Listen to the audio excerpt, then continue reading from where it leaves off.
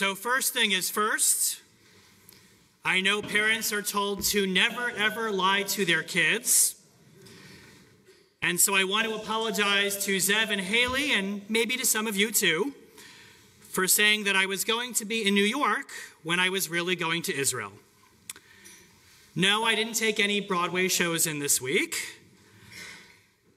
but I want to assure you that I had a good reason perhaps for not telling you all the truth. Not only did I not want you or my kids to be scared, but I didn't want my kids' first memory of Israel to be worrying about their dad. We are all here this morning because we know that Israel is a special place. It's the place where our families live. It's the place where I get to go to have kosher McDonald's. It's the place where I know that someday, eventually, at a gift shop, I'll finally be able to find a tchotchke with Zev's name on it. In fact, Israel is just so special that it brings all kinds of people from all over the world to support it, including, as I discovered when I was in check-in at JFK, these very strange cowboys from Montana. They were going to farm Israel from the West Bank. All of those photos over Facebook nearly blew my cover. I've never met four nicer guys who love Jews and love the state of Israel than those cowboys going to farm. So now, on a more serious note, I want to tell you why I went to Israel, what I saw, in a way that I hope makes sense. Although I have to tell you that as sleep-deprived as I am, that I am still making sense of so much of the both wonderful and absolutely soul-crushing things that I saw. Since I walked through Kfar Aza is the site of an absolute massacre, where 58 people were murdered in southern Israel. There are now nearly 24 people there who are held hostage in Gaza. As I walked through, I could not help but think of the poetry of the Hebrew poet Chaim Nachman Bialik. In the spring of 1903, that's nearly 120 years ago, following a pogrom in Kishinev, Bialik wrote a poem called Al Hashchita, upon the slaughter. Walking through the horrors of 120 years ago, as I did last week, he wondered, V'im yesh tzedek hofia miyad. If there is to be justice in this world, let me see it immediately. There was no justice 120 years ago for the people of Kishinev. 85 years ago, as Rabbi Slomovitz mentioned, the pogrom of Kristallnacht took place in Germany. Jewish businesses were destroyed. It was the beginning of the end for the Jews of Europe. There too, after Kristallnacht, there was no justice. Throughout our history, entire Jewish communities were attacked over and over again. Still, no justice. Massacre after massacre, Holocaust after Holocaust, we see the same thing. The world does not cry out for the justice for Jews. Why should today be any different? Friends, after going on this trip, I came to a very, very important realization that I think we all need to come to terms with this morning. The world doesn't care about us as much as we hoped. And that's why each of us in this room has to care about one another more than we should. Justice for Jews exists today only because we have a state of Israel that cares when Jewish lives are lost. Traveling around Israel, there were posters everywhere that had the same expression, Beyachad ninatzeach. We only win when we come together and care about each other. That's what's happening in Israel right now. The fact that there is a Jewish state reminds us we no longer are a people that has to be denied justice. Israel allows rabbis, lay leaders, ordinary Jews to put on tactical helmets, bulletproof vests, and walk into the site of a pogrom, not in a far place, but in a Jewish state, in Israel proper, so that I could bear witness and say, this is not justice, and no, something will be done. I'm not going to lie to you this morning. When I was invited to go to Israel, I really didn't want to go. Who runs toward an active war zone? But here's the thing, folks. So much of the unjust world wants to tell us that what is happening in Israel is business as usual. Only now that I've been there, I can tell you with absolute certainty, having walked into the site of a pogrom, this is anything but business as usual. I keep hearing from people, from our inept Cobb County Commission to the media, that this conflict needs to be seen in a greater context. Both sides, it's only fair. But guess what? I don't think anyone working in the media today, or even government or politics locally, understands that they are not looking at the right context. When I step on bullet casings, when I see giant holes made from point-blank range from RPG guns, when I see people's stuff piled outside their homes because after they were murdered, people from Gaza ran in to loot them,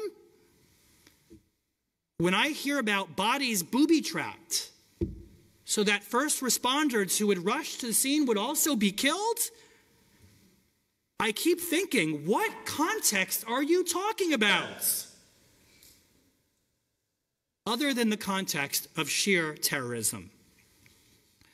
Folks, I can't refer to Hamas anymore using terms like barbarians or animals because it's an insult to barbarians and animals. When I am at a meeting in Jerusalem and someone at that meeting tells me jokingly that they need to leave before rush hour because Hamas fires most of their missiles at incoming traffic during rush hour so they can kill as many innocent people as possible, do I really care what happened in the 1993 Oslo Accords? When UNICEF calls out for the children of Gaza and says Israel is committing war crimes, but it wasn't until yesterday that they would even acknowledge the 40-plus children held hostage in Gaza who are scared and haven't talked to their parents in over a month. Do I need to be thinking about a two-state solution? Or is the context that we all need to be talking about to our friends and everyone we know the anti-Semitism that is the United Nations today? I know we're a synagogue with lots of real estate developers here. I think in a few years you might have a great real estate opportunity on the Upper East Side of New York. They should buy that property and put up condos. I keep hearing the media say, give peace a chance, call for a ceasefire. That's their context. But when I walked through an entire parking lot with hundreds of cars, windows smashed in, bullet holes, baby strollers in the trunks, all from people who attended a music festival, who can no longer go pick up those cars because they're either dead or being held hostage in Gaza. Is this business as usual? V'im yesh tzedek hofia miyad. This is a story about the historical injustice that was done to Jews and is continuing to be done to Jews by the world. Around our bus of nearly 30 rabbis and lay leaders from around the world who attended this Masorti conservative movement mission, there was a widely circulated meme going around It was a man at a pro-Israel rally holding up a sign that said, "Here's an idea. Let's trade 100 pro-Hamas college students for each hostage. It's good for Hamas, good for Israel, good for America, educational for college students."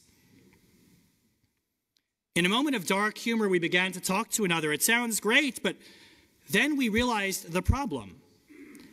If that actually happened, Israel would have to go rescue these morons. And then when they were rescued at the expense of Israeli lives, they would still scream for a free Gaza. I must say that in the day and a half that I've had to process my experience, and I still have so much more to do, I know that in the coming weeks I'll be showing a slideshow with my photos. I hope you will come. That meme that I just spoke about encapsulates the realization that I've been struggling with, while also presenting the hope that I found on this very sobering trip. It's the hope that for every Hamas supporter on an American college campus, for every terrorist in Gaza who devalues human life, that there are Israelis and Jews and people of good conscience who are willing to fight for life. And I want to share with you before I close just a few examples where I saw this play out, this juxtaposition of life and death time and time again in my trip. On the first day, our group met a woman named Ayelet Hashachar. For those of you who know Hebrew, you know her name is a little bit funny. Her name means the morning dawn. Ayelet is the mother of Naomi Levy. She is 19 years old. And Ayelet is waiting like 240 plus sets of family members for Naomi to come home. Naomi was a soldier on the southern border just 2 days. She had 2 days. When terrorists came and took her captive in her pajamas, you may recall that video being posted online. But if that's what you take away from Naomi, I want to tell you something else about her too. At 19 years old, Naomi planned to major in diplomacy.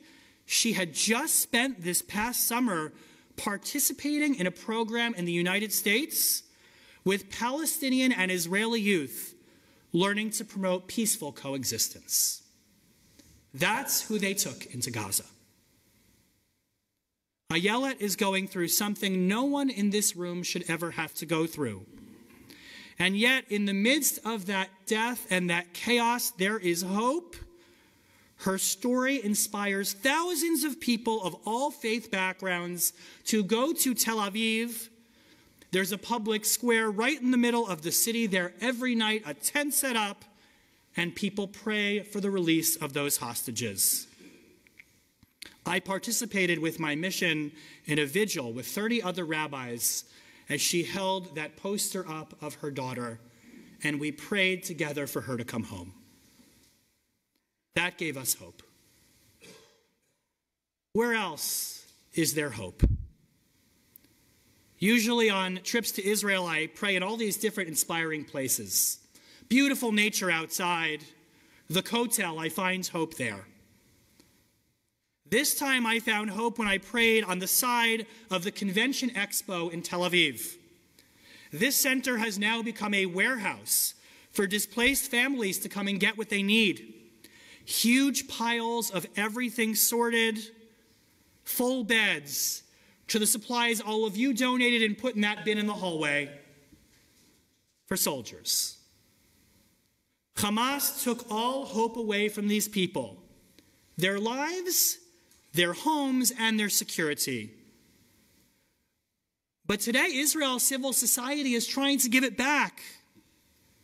The center is actually run by an organization called Achim LaNeshek, Brothers in Arms. And what you may not know is that until this war, this was the organization leading the protest against the government in Israel and the highly unpopular judicial reform. Yes, yet the second that the war started, an entire community started to flee. They threw down their protest signs and they put all their efforts toward helping displaced persons. It's the largest civil volunteer engine in Israel right now working. They make a point, by the way, this organization, of not calling any of these folks refugees. They call them displaced persons. Because in the state of Israel, you always find a home. That's the hope. Where else is the hope? All across the country, I drew inspiration by seeing the way that Jewish people are working to preserve life that Hamas has tried to destroy. When I arrived, I assumed our hotel would be totally empty. Who comes to Israel in a war zone? But every hotel in Jerusalem is full of displaced persons being provided for by those hotels, with their kids being enrolled in local schools. Therein lies hope. As I said, we visited Hadassah Hospital. I imagine there's many people in this room who are lifetime members of Hadassah. Let me tell you what Hadassah Hospital is doing. They built an underground trauma wing in a converted parking garage underground, under the hospital, to handle the overflow. Let's compare that to what Hamas is doing with hospitals in Gaza. Terror tunnels under hospitals, putting civilians in harm's way. Israel is building beds to save victims of terror. Today, the Sochnut, the Jewish agency, the same organization that sends us our Shinshinim in our communities, is helping 5,500 families through its Victim of Terror Fund. And we can look at this two ways. We can say, yes, Hamas has affected 5,500 families. But we can also see the hope in the fact that 5,500 families are getting aid and support from Jews around the world. That's hope. And lastly, together, I gave out hundreds of cards and letters written by Eitz Chaim students and Epstein School students. I stopped at my brother's shul between flights, picked up students' cards from New York. And I will be the first to admit that I thought this was an incredibly cheesy gesture. You have no idea how you touched these 19 and 18-year-old kids, how blown away they were to know that an American Jewish kid somewhere cared about them. The last soldier who I gave some long underwear and a card to, by the way, was my former camper, serving in a northern front in an artillery unit. You blew them away, you gave them hope. I feel like I've been a little bit all over the place today, and I want to thank you for bearing with me.